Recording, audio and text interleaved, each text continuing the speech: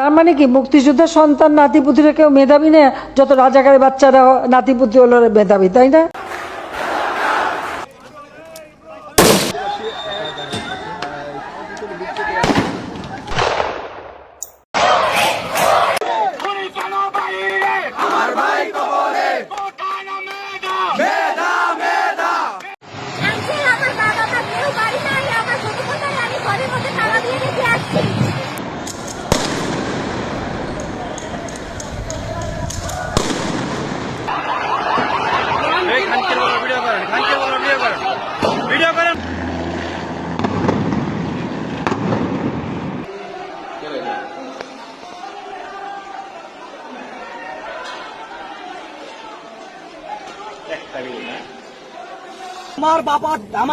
আমার বাপের ট্যাক্সের টাকায় এই সরকারি বাহিনী এরা আমাদের উপর আমাদের টাকায় কিনা যেগুলো তারা ইউজ করবে সন্ত্রাসীদের বিরুদ্ধে।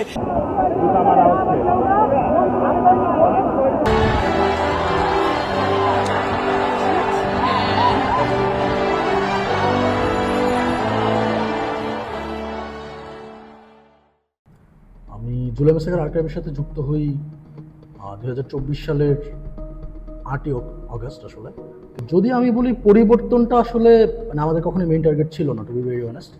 এইখানে আমাদের ব্যাপার যেটা, আমরা বিশ্বাস করি প্রত্যেকটা জিনিস, যে ঘটনাগুলো ঘটছে এই জিনিসগুলো মানুষের জানা দরকার।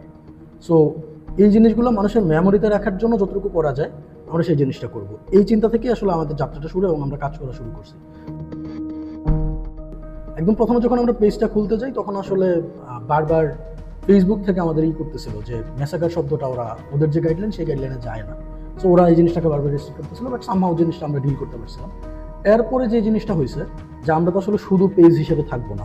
সো আমাদের অলরেডি আমাদের ওয়েবসাইটে কাজ চলতেছে, কিছুদিন মধ্যে আমরা লঞ্চ করবো সেটা, এবং আরও কিছু জিনিসপত্র আছে। সো এবং আমরা বেশ কয়েকটা এক্সিবিশন করছি অলরেডি। সো আমরা আসলে বড় পরিসরেই চিন্তা করে নামছি। এটা করতে যে আমাদের যেটা হয়েছে, যেমন আমরা হসপিটালগুলোতে যখন গেলাম আমরা দেখলাম এখানে অনেক ডেটা নাই অলরেডি। আমরা কিন্তু অগস্টের 6 তারিখে যাত্রাবাড়িতে যখন গেল তখনই দেখলো যে সেখানে হসপিটালগুলোতে ডেটা নাই। কারণ কি, সরকার ততদিনে মানে হাসিনার সরকার ততদিনে এই জিনিসগুলো হচ্ছে করে ফেলছিল, এবং অনেক জায়গায় হচ্ছে সিসিটিভি ক্যামেরা ওরা বন্ধ করে রাখছিল। অনেক জায়গায় হচ্ছে সোজা কথায় প্রমাণ লুটপাট করার জন্য যত ধরনের ব্যবস্থা নেওয়া দরকার সব কিছু ওরা নিছে। সো এইটা একটা বড় ডিফিকাল্টিজ আমরা ফেস করছি।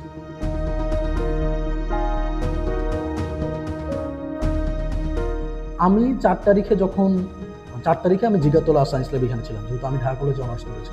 সো পুরো এই জায়গায় হচ্ছে আমরা কয়েকজন ফ্রেন্ড মিলে সমন্বয় করতেছিলাম। তো 4 তারিখে আমি যখন সায়েন্স ল্যাব থেকে জিগাতলার দিকে আসি তখন আমি দেখি যে মানে পুলিশ, ছাত্রলীগ, এখানে আওয়ামী লীগের পার্টি অফিস, ছাত্রলীগের পার্টি অফিস, ওরা ওইখান থেকে ডিরেক্ট কাট রাইফেল নিয়ে বের হচ্ছে, পিস্তল নিয়ে বের হচ্ছে, ইচ্ছা মতো গুলি করতেছে, এই টাইপের একটা অবস্থা। ওই অবস্থার মধ্যে কিছু লোকজন মানে সামনে যাচ্ছে, একজন করে পড়তেছে, তাকে ধরে নিয়ে আসতেছে। সো ওই সময়টাতে আমি একটা ছেলেটার নাম রিয়াজ, ওর বাসা বরিশাল, আমি অনেক পরে পরিচয় জানতে পারি। ওই ছেলেটার মাথায় ঠিক এই জায়গাতে, এই ডান দিকের এইখান গুলি লেগে ওর হচ্ছে এই পাশে বের হয়ে যায়। সো ওরা প্রথমে পপুলারে নিই আমরা, পাশে যেহেতু পপুলার, ওইখান থেকে তারপর হচ্ছে ঢাকা মেডিকেলে নিয়ে যাই, এবং ডাক্তার নিয়ে যাওয়ার পরেই বলে যে ও হয়তো বাঁচবে না, এবং ও যে এখনো বেঁচে আছে এটাই একটা মিরাকল। কারণ ওর ব্রেইন হচ্ছে মানে গুলি ঢোকার পর ওর ব্রেন ভিতরে একদম হয়ে গেছে।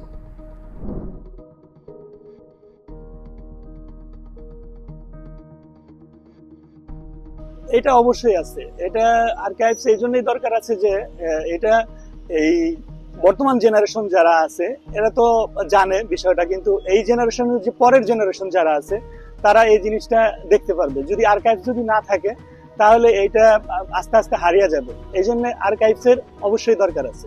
অবশ্যই বর্তমান প্রেক্ষাপটে যদি আমরা দেখি বিশ্বের যতগুলো রেভলিউশন হয়েছে সেই সবগুলো জায়গাতেই পরবর্তী ধাপে যে তাদের যে ম্যাসাকারগুলো হয় সেগুলোর যে স্মৃতিধারণ কিংবা আর্কাইভিংটা, বর্তমান টেকনোলজির যে উদ্ভাবন, সেটার কারণে আসলে এটার খুব গুরুত্ব থাকে, এবং আমাদের যে টেকনোলজি ডেভেলপমেন্ট সেটা এটাকে আসলে ব্যালেন্স করছে। আর্কাইভ, জুলাই আর্কাইভ ঠিক আমি অতটা ভাবে আমি পরিষ্কার জানতাম না। আমি জানলাম ঠিক ওভাবে জানতাম না। ফেসবুকে হয়তো দেখেছি, হয়তো ঠিক অতটা আমি করিনি। হ্যাঁ, এটা যে কোনো ইতিহাসই তো আসলে প্রতিটা দেশের জন্য খুব গুরুত্বপূর্ণ। সেটা ইতিহাসের খারাপ দিক, ভালো দিক, যে দিকই থাক, ইতিহাস। হ্যাঁ, সেটার আর্কাইভ এটা সরকারিভাবে মানে এটা জাদুঘর, হ্যাঁ, এদেরই এটা রাখা দরকার, সেটা সরকারের পক্ষে হোক বিপক্ষে হোক যেদিকেই হোক, এটা থাকা খুব প্রয়োজন।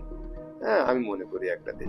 অবশ্যই এটা প্রয়োজনীয়তা আছে বলে আমি মনে করি, কারণ প্রথমত যে আমরা যারা সক্রিয়ভাবে অংশগ্রহণ করেছিলাম এবং তার থেকেও বড় কথা যে যারা আহত ছিল বা নিহত হয়েছে তাদের যে একটা ডকুমেন্ট বা যে ছবি ভিডিও, আসলে কি কি অপরাধ সংগঠিত হয়েছিল আমাদের ছাত্রদের সাথে রাস্তায় থাকাকালীন, আন্দোলন চলাকালীন, তো সেগুলো হচ্ছে একটা ডকুমেন্টের একটা আর্কাইভ বা একটা সেটআপ রাখা উচিত, যাতে হচ্ছে এটা নিয়ে কোনো মিথ্যাচার বা এটা নিয়ে কোনো এমন কোনো কাজ না করা হয় ভবিষ্যতে, যে আমাদের যে ইতিহাসটা, জুলাই ইতিহাসটা বা আমাদের ছাত্রছাত্রীদের যে অবদানটা, শুধু ছাত্রদের নির্বিশেষে সব মানুষের যে অবদানটা, সেই অবদানটা যাতে মানুষের কাছে ভুলভাবে না যায় এবং সবাই না দেখে। তো আমি মনে করি যে অ্যাজ আ প্রুফ বা অ্যাজ আ ডকুমেন্ট যেভাবেই বলেন, অবশ্যই এটা থাকা দরকার। না, অথবা তো তারা নেক্সট জেনারেশন তারপরে জানবে না যে জুলাই যে ঘটনা হয়েছিল, তাই না? এজন্য সংরক্ষণ করা প্রয়োজন। আমি এই সম্পর্কে জানি এবং ওদের যে পেজটা আছে সেটা কয়েকবার ভিজিটও করেছি। এটা অবশ্যই জরুরি, কারণ ওদের যে মিশন বা ভিশন বলেন, যে জুলাই আন্দোলনকে কেন্দ্র করে যে দলিলপত্র আছে, ভিডিও আছে বা ছবি আছে, এগুলোকে সংরক্ষণ করে পেজে আপলোড দিয়ে পরবর্তী প্রজন্ম থেকে প্রজন্মকে জানানো উদ্যোগটা খুবই ভালো।